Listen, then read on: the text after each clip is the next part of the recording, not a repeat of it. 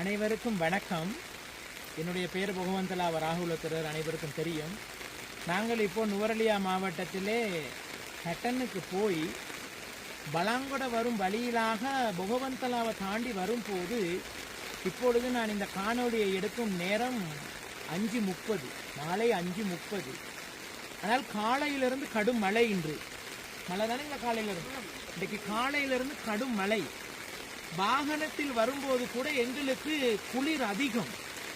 ஆனால் இந்த தாய்மார்கள் 5:30 மணிக்கு இந்த மலையிலே கொழுந்தெடுப்பதை பார்த்து விட்டு நான் வாகனத்தை விட்டு கீழே இறங்கியதற்கு காரணம், இந்த கஷ்டம் இன்று எத்தனை பேர் உணரப் போகின்றார்கள். இந்த அம்மாவுக்கு 60 வயது, இவங்களுக்கு எல்லாமே 30 வயது 40 வயது. அங்கே ஐயாவுக்கு எத்தனை வயது ஐயா? அங்கே இருக்கும் ஐயா அவர்களுக்கு 65 வயது.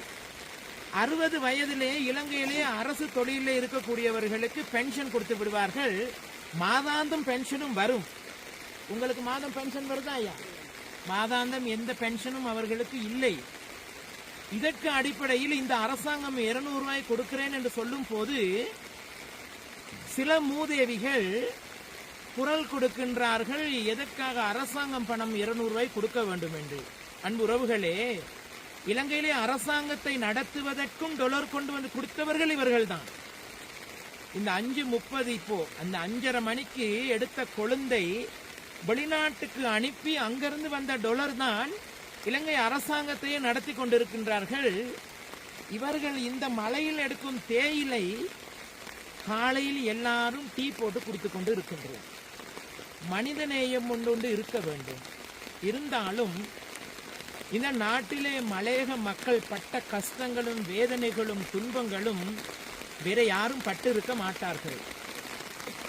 இந்த அம்மாவுக்கு 60 வயது. கையை பாருங்கம்மா, இந்த கையை பாருங்க, கிட்ட வந்து எடுத்து காட்டுங்க. இந்த கையை பாருங்க, 60 வயது. 60 வயது உள்ள தாய்மார்கள் இப்பொழுது வீட்டிலே இருப்பார்கள். இந்த கையை ரெண்டையும் பாருங்கள் எப்படி இருக்குது என்று.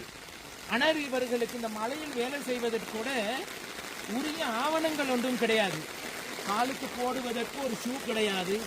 இந்த மலையை தாங்கி பிடிப்பதற்கு ஒரு ஜாக்கெட் கிடையாது. பாவம் இல்லையா? ஆகையால் அன்பார்ந்த உறவுகளே, அரசியல் தலைவர்களே, மனிதநேயத்தோடு இந்த தாய்மார்களுக்கு உதவி செய்யுங்கள். உங்களுடைய பிள்ளைகளுக்கு புண்ணியமாக போகும். ஒவ்வொரு நாளும் அழிந்து கொண்டிருப்பது மனிதநேயம். இப்பொழுது இவர்களை பார்க்கும் போது 5:30 மணி,